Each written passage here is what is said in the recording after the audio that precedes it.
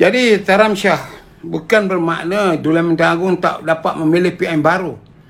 Dia ada kuasa. Istana Negara mempunyai kuasa mutlak untuk mencari seorang Perdana Menteri bersandarkan kehendak perlembagaan, majoritinya ada. Jadi dalam keadaan sekarang ini, semua parti politik di dalam Dewan Rakyat tidak ada yang majoriti besar. Termasuk Pakatan Harapan pun ada sekadar 88 kursi. Dan gabungannya ada dalam kurang 105 kursi. Kurang 7. Saya dah jelaskan bahawa tadi pun ada orang bertanya bagaimana. Saya percaya bahawa jika keadaan sekarang ini hanya menunggu saja. Menunggu saja. Jika Istana Negara memanggil Ketua Pembangkang Anwar Ibrahim sebagai hadir ke Istana Negara, dia maknanya sudah ada sekurang-kurangnya 95% bakal Perdana Menteri. Dari itu dia kena cari 5% lagi. Kemungkinan scheme of thing ini yang dianjurkan oleh Muhyiddin ini akan berlaku. Dan antara orang yang mungkin mengambil pendekatan untuk menyokong Anwar ini ialah daripada PBM sendiri. Iaitu kata-kata dalam UMNO, kata-kata daripada PKR. Dan jangan main. PKR saya rasa tolak Azmin, yang lain saya rasa tolak Zuraidah. Tidak begitu sangat merosakkan hubungannya dengan dengan Datuk Seri Anwar Ibrahim dan juga yang 4 orang itu.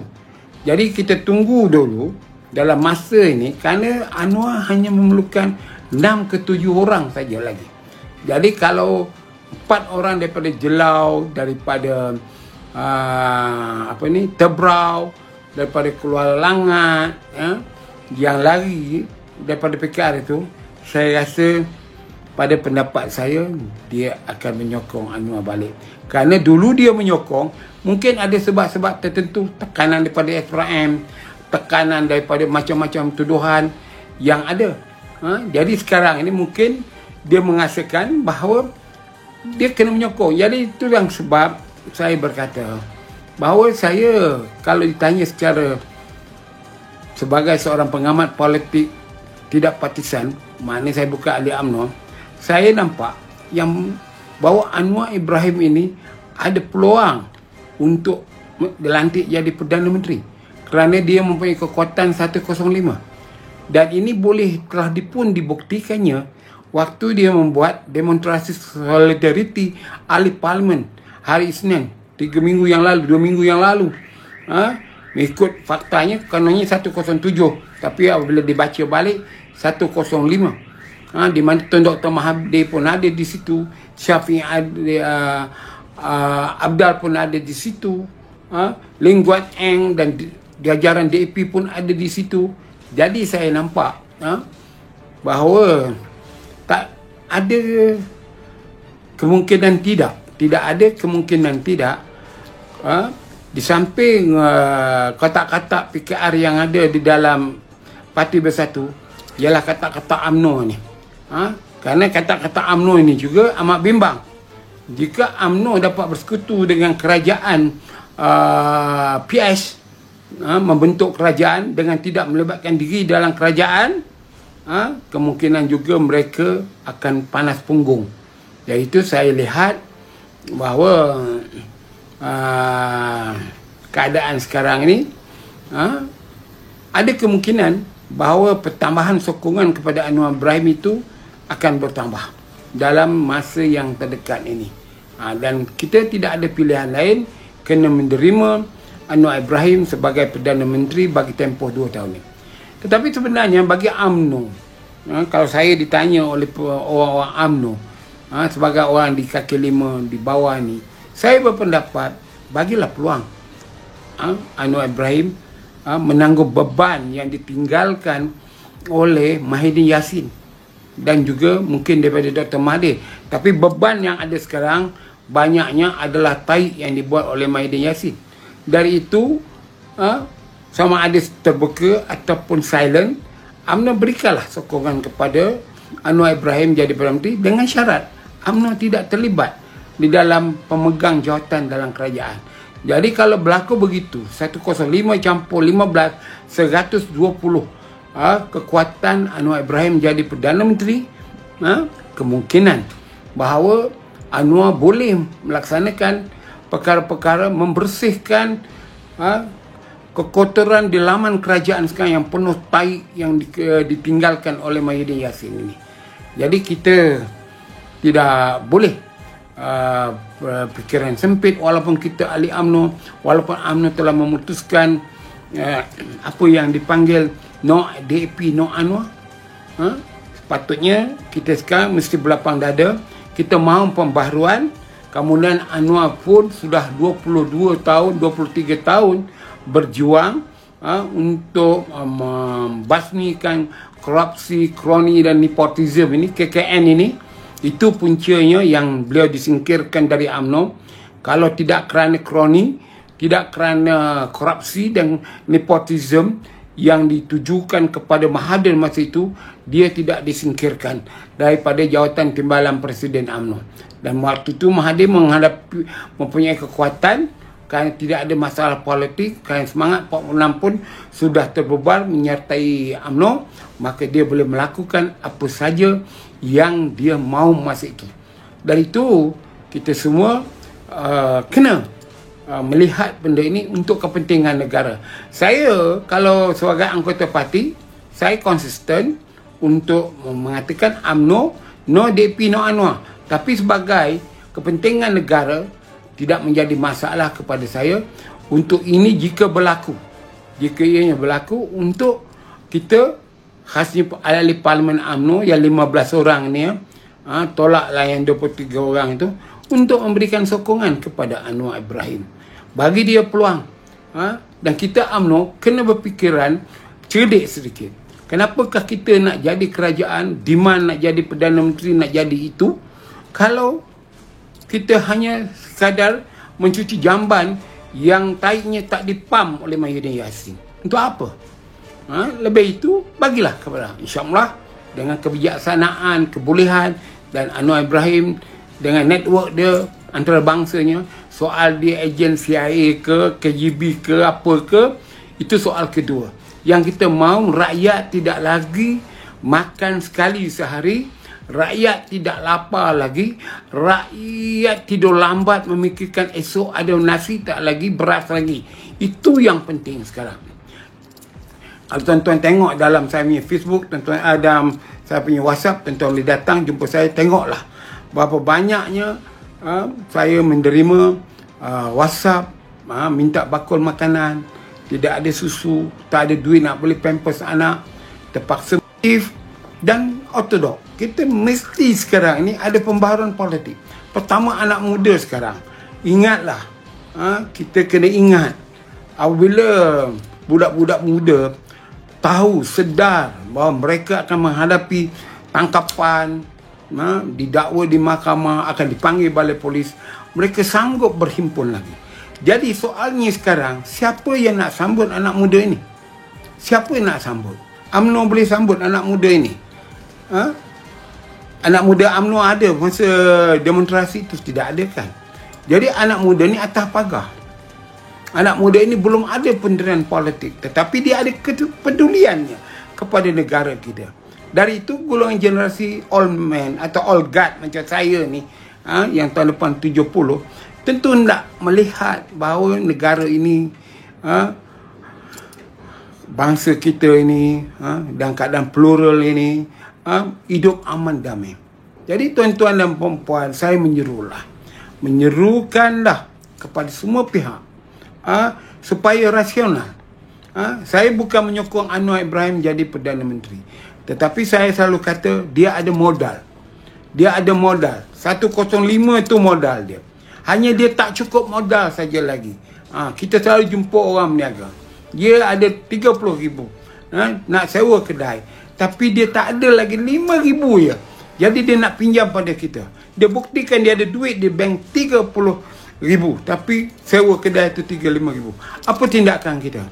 Kalau kita ada duit, adakah kita tak nak bagi pinjaman kepada dia? dengan harapan dia akan dapat buka kedai, ada keuntungan. Silap-silap dia tak bayar pada kita 5,000 saja, dia bagi kita bonus.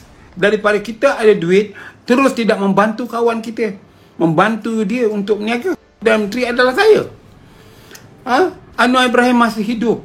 Banyak lagi orang-orang Anwar ni tahu saya yang berhempas pulas melawan dia, buat surat terbang, maki hamun dia. Dulu tak ada kumpulan WhatsApp dan sebagainya, macam-macam saya buat. Dan Anwar tahu saya tidak minat dengan dia. Dan akhir kemuncaknya buat buku 5 dalil 50. Semua orang tahu buku itu saya yang edarkan, saya yang tulis sebahagiannya, walaupun almarhum Khalid namanya dalam buku itu. Jadi saya sendiri tidak takut, kerana saya tengok dah melalui prosesnya. Di zaman PS, Anwar dah keluar daripada jail. Dia antara anggota kerajaan, walaupun tidak jadi menteri. Tak ada pun dia berjumpa dengan saya marah-marah. Jadi saya lihat dia seorang pemimpin yang rasional. Dan dia antara orang yang saya lihat sebagai contoh saya menjadi pemimpin. Jangan bermusuhan dengan orang. Kalau kita boleh bermaafan, bermaafanlah. Kalau kita boleh berbaik-baik.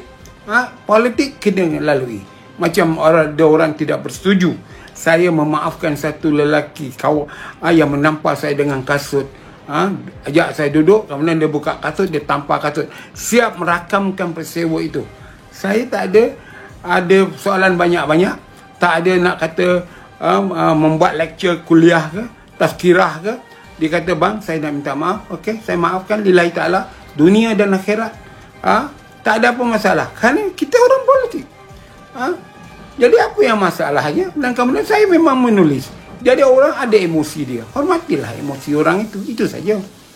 Jadi tuan-tuan dan puan-puan, kita semua berdoalah supaya Istana Negara akan membuat yang terbaik terhadap negara ini, untuk memilih seorang calon Perdana Menteri. Janganlah dalam keadaan pandemik, rakyat tengah susah ini, kita huru-harakan lagi. Walaupun ayat ni saya pernah kata tahun 1996, saya kata, kalau saya dapatkan Tengku Razali dengan Mahathir berunding untuk mendamaikan demi kepentingan Melayu, 10 perkara dibawa oleh Mahathir diterima oleh Tengku Razali. 9 perkara diterima oleh Tengku Razali. Tengku Razali bawa kepada Mahathir 10 perkara. 9 perkara sahaja yang Mahathir mahu terima. Satu perkara itu apa? Siapa jadi Perdana Menteri? Akhirnya 9 perkara demi kepentingan Melayu, kepentingan negara, ekonomi bangsa ni hancur berderai kerana satu perkara itu, siapa nak jadi Perdana Menteri. Hari ini kita kena berdamai. Perkara kalau Anwar bawa 10 perkara, UMNO bawa 10 perkara, terimalah 10 tu.